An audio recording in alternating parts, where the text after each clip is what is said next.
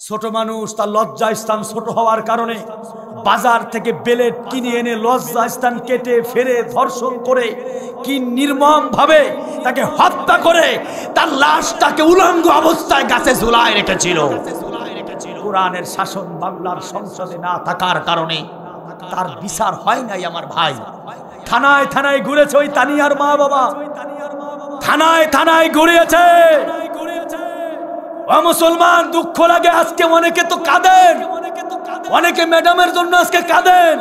Madam যে কি করেছে আমরা সেটা কল্পনাও করতে পারি না। আল্লাহর কোরআনে আল্লাহ বলেছে জিনার বিচার, যদি বিবাহের আগে কেউ জিনা করে তার বিচার হলো 100টা পাছার উপরে বেতের বাড়ি মারতে হবে। কয়টা? 100টা। কোরআনে আল্লাহ বলেছে, আমার কথা না। আমার পাশে আমার ইমাম সাহেব হুজুর আছেন, উনি একজন গবেষক মানুষ, আলেমে দ্বীন।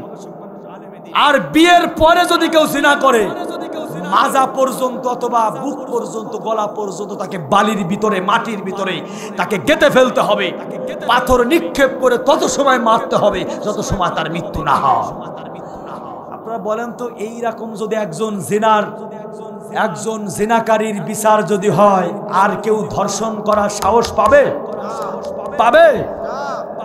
আমার বাগেরহাটে 3 বছরের একটা মেয়ে, তার নাম হলো তানিয়া। নাম কি বাজার? 3 বছরের একটা মেয়ে, বাবার কাছে মেয়ে হলো সবচাইতে আপন। আরে কথা বলেন না কেন? মেয়ে কন্যা সন্তান কিন্তু মায়ের চাইতে বাবাকে বেশি ভালোবাসে। এই কন্যা সন্তান 3 বছরের তানিয়া স্কুলে যাচ্ছিল। এই বাংলার সোনার ছেলেরা, বখাইতে ছেলেরা এই তানিয়াকে ধরে নিয়ে গেল ধান বনে। বলে নাউজুবিল্লাহ। ছোট মানুষ তার লজ্জা স্থান ছোট হওয়ার কারণে বাজার থেকে বেলেট কিনে এনে লজ্জা স্থান কেটে ফেরে ধর্ষণ করে কি নির্মম ভাবে তাকে হত্যা করে তার লাশটাকে উলঙ্গ অবস্থায় গাছে ঝুলায় রেখেছিল। কোরআনের শাসন বাংলার সংসদে না থাকার কারণে তার বিচার হয় নাই। আমার ভাই থানায় থানায় ঘুরেছে ওই তানিয়ার মা বাবা, থানায় থানায় ঘুরিয়েছে। ও মুসলমান, দুঃখ লাগে আজকে অনেকে তো কাঁদেন, অনেকে ম্যাডামের জন্য আজকে কাঁদেন। ম্যাডাম যে কি করেছে আমরা সেটা কল্পনাও করতে পারি না। কথা বলেন। আপা এখনো থেমে নাই। আপা ইন্ডিয়াতে মোদি দাদার কাছে আছে, সেখানে বসেও ষড়যন্ত্র করছে। কথা কি ভুল বললাম নাকি? সে যদি আসলেই তার কর্মীদেরকে ভালোবাসতেন, আমার আওয়ামী লীগের ভাইরা আপনাদেরকে বলতে চাই, যদি আসলেই আপনাদেরকে সে ভালোবাসতেন তাহলে আপনাদেরকে ছেড়ে সে পলায় চলে গেল কেন? আমার প্রশ্ন আপনাদের কাছে, এখানে আওয়ামী লীগের ভাইরা আছেন, আমি আপনাদেরকে বলতে চাই, আপনার নেতা যদি আসলেই সে আপনাকে ভালোবাসতো, সে বলতো প্রয়োজনে আমি জীবন দেব, আমার কর্মীদেরকে সাথে নিয়ে মরবো। আপনাদেরকে ছেড়ে চলে গেল। যাওয়ার পরে এখন তো তার অবস্থা খারাপ। আরো একবার সে কিস্তির লোভ দেখায়া, তারপর রিক্সাওয়ালাকে বিভিন্ন ভাবে একবার এরপর ইসকন নামক সম্প্রদায় দিয়া মুসলমানের ভিতরে আবার দাঙ্গা হাঙ্গামা তৈরি করছে। আবার বলছে তোমরা টেনশন করো না, আমি যে কোনো সময় ঢুকবো।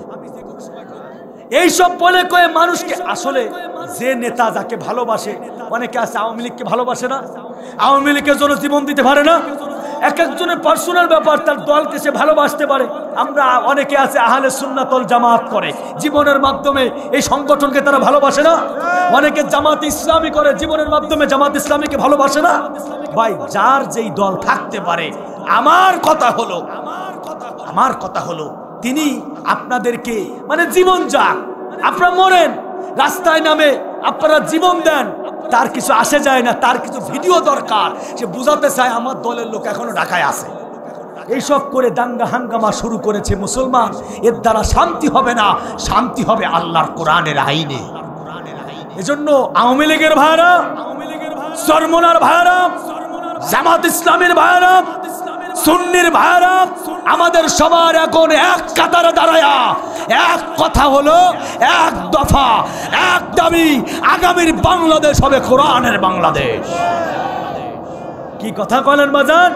আগামীর বাংলাদেশ হবে আমার রসুলের বাংলাদেশ। রসুলের তরিকার বাংলাদেশ যদি হয়ে যায়, ওই যে 3 বছরের তানিয়াকে ধর্ষণ করা হয়েছে, ওদের বিচার হবে। ভুল বললাম বাজান? আপনাদের এলাকায় ধর্ষণ হয় না? ধর্ষণ হয় না, কারণ কোরআনের বিচার হয় না। দর্শকরা ধর্ষণ করে, এরপরে পুলিশ ধরে নিয়ে যায়, টাকা দিয়া পয়সা দিয়া ক্ষমতাওয়ালাদের ফোন দিয়া তাকে ছেড়ে দেয়।